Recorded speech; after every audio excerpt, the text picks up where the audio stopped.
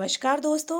आज के इस वीडियो में हम बात करने वाले हैं कोड ऑन वेजेस 2019 के कुछ की फीचर्स के बारे में।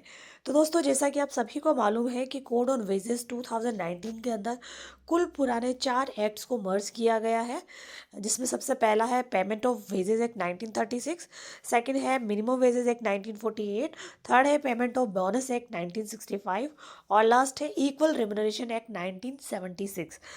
तो दोस्तों, इन चारों एक्ट को मर्ज करके कोड ऑन वेजेस 2019 बनाया गया। और अब हम बात करेंगे कि इस कोड ऑन वेजेस 2019 के अंदर क्या नए चेंजेस हुए हैं, क्या महत्वपूर्ण बदलाव हुए हैं।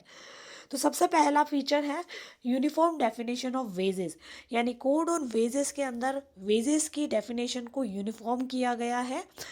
कोड ऑन वेजेस में वेजेस की एक यूनिफॉर्म डेफिनेशन दी गई है।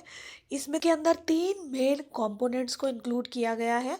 पहला है रिम्यूनरेशन, यानी वो पैसे जो एम्प्लॉय को एम्प्लॉयमेंट के टर्म्स पूरे करने पर दिए जाते हैं।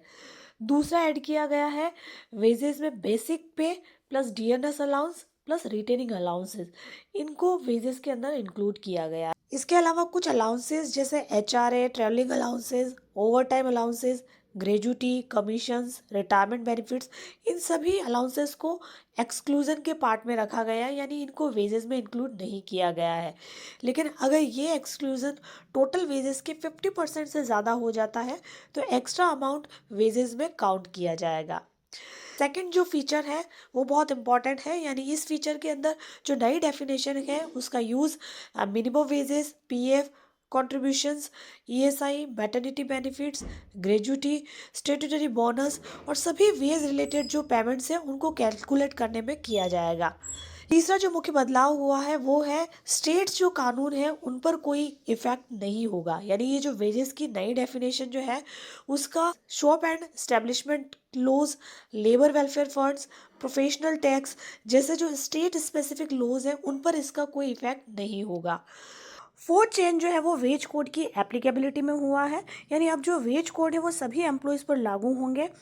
पहले पेमेंट ऑफ वेजेस एक्ट 1936 में 24,000 रुपीज़ पर मंथ से अधिक कमाने वाले एम्प्लॉयज़ कवर नहीं होते थे, लेकिन अब ये जो लिमिट है वो हटा दी गई है। पांचवा मुख्य बदलाव जो है वो नेशनल फ्लोर वेज के अंदर किया गया है, यानी इस कोड के तहत नेशनल फ्लोर वेज का कंसेप्ट इंट्रोड्यूस किया गया है। इसे सेंट्रल गवर्नमेंट फिक्स करेगी और स्टेट गवर्नमेंट जो है वो अपनी मिनिमम वेजेस इससे नीचे नहीं रख सकेगी।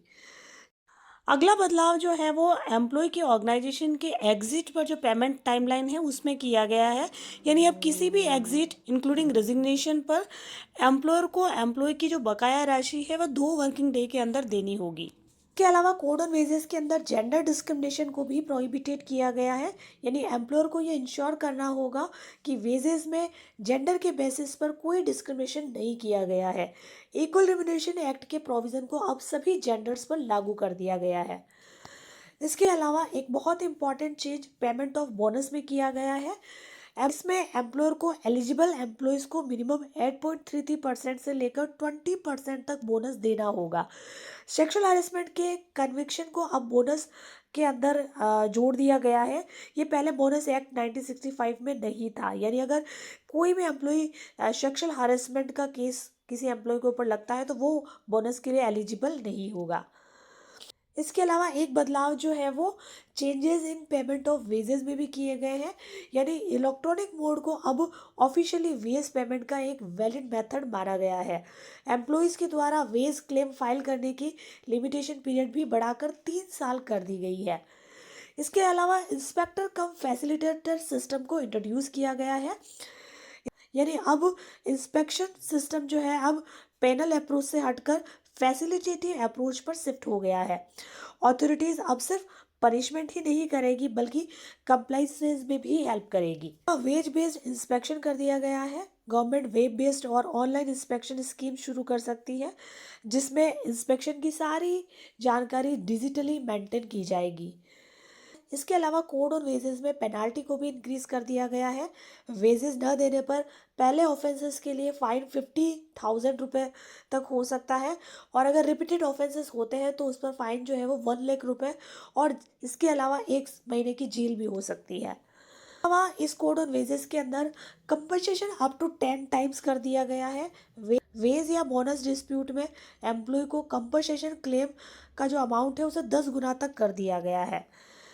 इसके अलावा कोड ऑन वेजेस के अंदर कंपाउंडिंग ऑफ ऑफेंसेस, यानी जिन ऑफेंसेस में जेल की सज़ा शामिल नहीं है या कैद की सज़ा इंक्लूड नहीं है, उन्हें कंपाउंडेड किया जा सकता है, यानी सेटलमेंट ऐसे केसेस के अंदर पॉसिबल है। तो दोस्तों ये थे कोड ऑन वेजेस 2019 के कुछ इंपॉर्टेंट फीचर्स जो हर स्टूडेंट और कॉम्पिटिटिव एग्ज़ाम के एस्पिरेंट और एचआर फील्ड से जुड़े हुए व्यक्तियों के लिए बहुत ही इंपॉर्टेंट है। आशा करती हूँ कि ये वीडियो आप सभी को हेल्पफुल लगा होगा। नेक्स्ट वीडियो में हम बात करेंगे इंडस्ट्रियल रिलेशन कोड 2020 के मेन फीचर्स पर, जो लेबर रिफॉर्म्स का एक बहुत ही इंपॉर्टेंट पार्ट है और एग्ज़ाम्स में अक्सर इससे रिलेटेड भी क्वेश्चंस पूछे जाते हैं। तो मिलते हैं हम अगले वीडियो में एक नए और बहुत ही इन्फॉर्मेटिव टॉपिक के साथ। अगर आपको अच्छा लगा हो तो प्लीज़ वीडियो को लाइक, शेयर और चैनल को सब्सक्राइब करना ना भूलें।